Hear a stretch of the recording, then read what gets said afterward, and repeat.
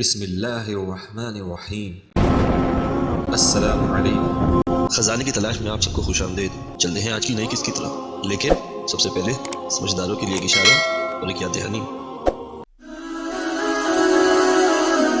ناظرین، طائف سے واپسی کے بعد اللہ تعالیٰ نے نبی کریم صلی اللہ علیہ وآلہ وسلم کو مسجد حرم سے مسجد اقصیٰ تک اور مسجد اقصیٰ سے 7 سماوات تک اسی جسم اور روح کے ساتھ بحالت بیداری ایک ہی شب میں سیر کرائی، جس کو اسراج و معراج کے نام سے موسوم کیا جاتا ہے، جس کی مکمل تفصیل ہم انشاءاللہ تعالیٰ اپنی آنے والی اقساط میں بیان فرمائیں گے۔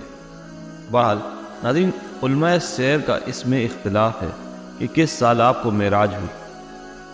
علماء کے اس بارے میں 10 قول ہیں۔ نمبر 1، ہجرت سے 6 ماہ قبل معراج ہوئی۔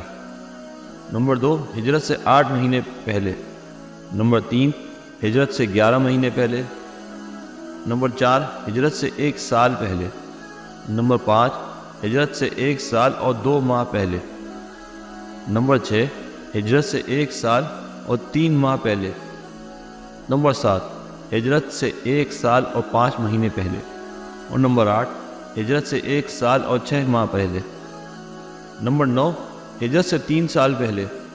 اور نمبر 10، ہجرت سے 5 سال پہلے۔ ناظرین، یہ تمام اقوال تفصیل کے ساتھ فتح الباری میں باب معراج میں مذکور ہیں، مگر راجح قول یہ ہے کہ حضرت خدیجہ کی وفات کے بعد اور بیعت عقبہ سے پہلے معراج ہوئی، جیسا کہ اول کے 8 سال اس پر متفق ہیں کہ حضرت خدیجہ رضی اللہ تعالیٰ عنہا کی وفات کے بعد معراج ہوئی۔ غلط یہ کہ اکثریت کسی جانب ہے۔ نیز یہ امر روایات سے ثابت ہے کہ حضرت خدیجہ 5 نماز فرض ہونے سے پہلے ہی وفات پا گئی، اور یہ بھی مسلم ہے کہ حضرت خدیجہ رضی اللہ تعالیٰ عنہا شب ابی طالب میں آپ کے ہمراہ تھی۔ ناظرین، شب ابی طالب سے نکلنے کے بعد ان کا انتقال ہوا، اور یہ پہلے معلوم ہو چکا ہے کہ آپ اور آپ کے رفقا شب ابی طالب سے رسم نبوی میں باہر نکلے تھے۔ لہذا ان تمام مقدمات سے نتیجہ یہی نکلتا ہے کہ معراج 10 نبوی کے بعد 11 نبوی میں سفر طائف سے واپسی کے بعد کسی مہینے میں ہوئی ہے۔ رہا یہ امر کہ کس مہینے میں ہوئی ہے، اس میں اختلاف ہے۔ کچھ علماء کے نزدیک ربیع اول میں، یا ربیع الاخر میں، یا رجب میں، یا رمضان میں، یا شوال میں ہوئی۔ ناظرین، اس بارے میں تقریباً 5 اقوال ہیں، اور مشہور یہ ہے کہ رجب کی 27ویں شب میں ہوئی۔ ناظرین، بعض علماء کے نزدیک اسراء و معراج کا واقعہ 10 نبوی کے بعد ہوا، یعنی 10 نبوی گزر گیا۔ ابتلاء اور آزمائش کی سب منزلیں طے ہو چکی، ذلت اور رسوائی کی کوئی انواع ایسی باقی نہ رہی کہ جو خداوند ذوالجلال کی راہ میں برداشت نہ کی گئی ہو، اور ظاہر ہے خدائے رب العزت کی راہ میں ذلت اور رسوائی کا انجام سوائے عزت و رفعت اور سوائے معراج اور ترقی کے کیا ہو سکتا ہے۔ چنانچہ جب شب ابی طالب اور سفر طائف سے ذلت انتہا کو پہنچ گئی تو خداوند ذوالجلال نے اسراء و معراج کی عزت سے سرفراز فرمایا، اور آپ کو اس قدر اونچا کیا کہ افضل و ملائکۃ المقربین یعنی حضرت جبرائیل علیہ السلام بھی پیچھے اور نیچے رہ گئے، اور ایسے مقام تک سیر کرائی کہ جو کائنات کا منتہا ہے، یعنی عرش عظیم تک۔ اس کے بعد اب اور کوئی مقام نہیں ہے۔ اسی وجہ سے بعض عارفین کا قول ہے کہ عرش عظیم تک سیر کرانے میں ختم نبوت کی طرف اشارہ ہے، کہ کیونکہ تمام کائنات عرش پر ختم ہو جاتی ہے، کتاب و سنت سے عرش کے بعد کسی مخلوق کا وجود ثابت نہیں۔ اسی طرح نبوت و رسالت کے تمام کمالات آپ پر ختم ہوئے۔ پاک ہے وہ ذات جس نے اپنے خاص بندے یعنی محمد صلی اللہ علیہ وآلہ وسلم کو رات کے ایک قلیل حصے میں مسجد حرم سے مسجد اقصیٰ تک لے گیا، جس سے اصل مقصود یہ تھا کہ آپ کو آسمانوں کی سیر کرائے اور وہاں کی خاص نشانیاں آپ کو دکھلائے، جن کا کچھ ذکر سورہ نجم میں فرمایا ہے کہ آپ سدرۃ المنتہا تک تشریف لے گئے اور وہاں جنت و جہنم اور دیگر عجائب و قدرت کا مشاہدہ فرمایا۔ ناظرین، اصلی سننے والا اور اصلی دیکھنے والا حق تعالیٰ ہی ہے، وہی ہے جس کو چاہتا ہے اپنی قدرت کے نشانات دکھلاتا ہے، اور پھر وہ بندہ اللہ کی تفسیر سے دیکھتا ہے اور اللہ کے آسمان سے سنتا ہے۔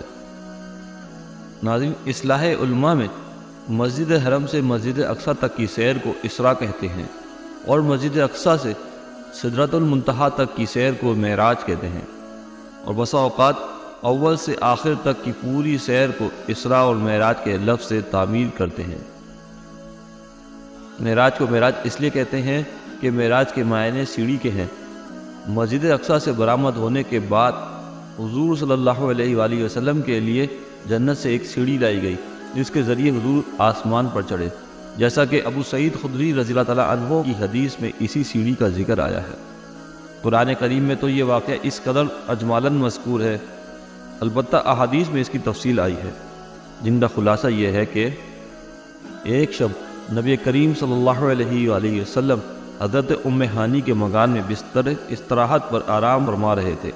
نیم خوابی کی حالت تھی کہ یکایک چھت پھٹی اور چھت سے حضرت جبرائیل امین اترے اور آپ کے ہمراہ اور بھی فرشتے تھے، آپ کو جگایا اور مسجد حرم کی طرف لے گئے۔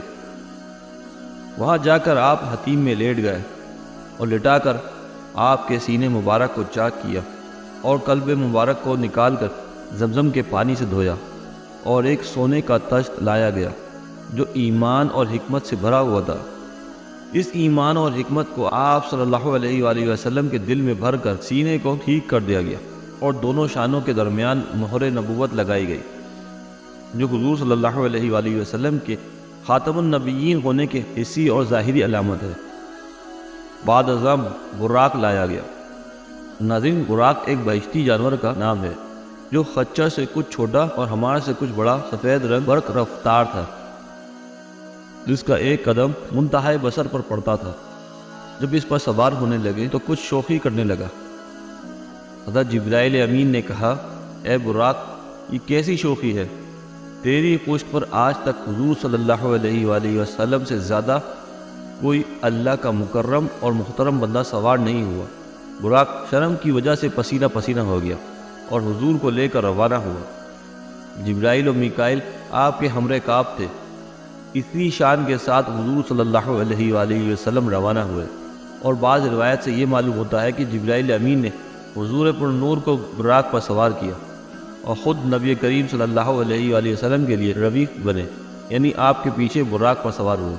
بہرحال شداد بن اوس رضی اللہ تعالیٰ عنہ سے مروی ہے کہ رسول مقبول صلی اللہ علیہ وآلہ وسلم نے فرمایا کہ راستے میں ایک ایسی زمین پر گزر ہوا کہ جس میں کھجور کے درخت بکثرت تھے۔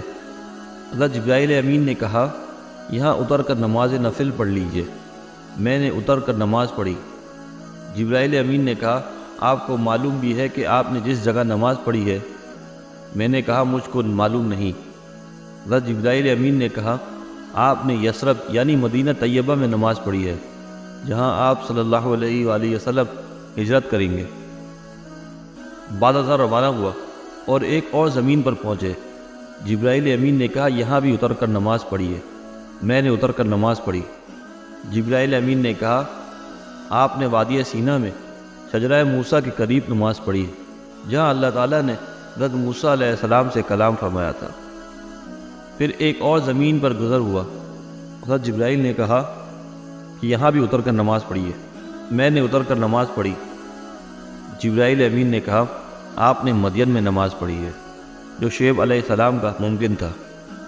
وہاں سے روانہ ہوئے اور ایک اور زمین پر پہنچے۔ حضرت جبرائیل امین نے کہا، اتر کر نماز پڑھ لیے۔ میں نے اتر کر نماز پڑھی۔ حضرت جبرائیل امین نے کہا، یہ مقام اللحم ہے، جہاں حضرت عیسیٰ علیہ السلام کی ولادت ہوئی۔ ناظرین، تمام تفصیل زرقانی کی شرح مواہب میں موجود ہے۔ ناظرین، اسراء و معراج کا یہ سفر ابھی جاری ہے، لیکن فی الحال آج کے لیے بس اتنا ہی۔ اگر آج کی قسط آپ کو پسند آئی ہو تو لازمی لائک ضرور کیجیے گا، اور ہمارے ساتھ جڑے رہنے کے لیے اور حضور اکرم صلی اللہ علیہ وآلہ وسلم کی زندگی کے بارے میں مزید جاننے کے لیے چینل کو لازمی سبسکرائب بھی کیجیے اور اپنے پیاروں سے بھی لازمی شیئر کیجیے۔ انشاءاللہ تعالی ملتے ہیں اگلی قسط میں، جب تک اپنا بہت سارا خیال رکھیے گا۔ اللہ حافظ۔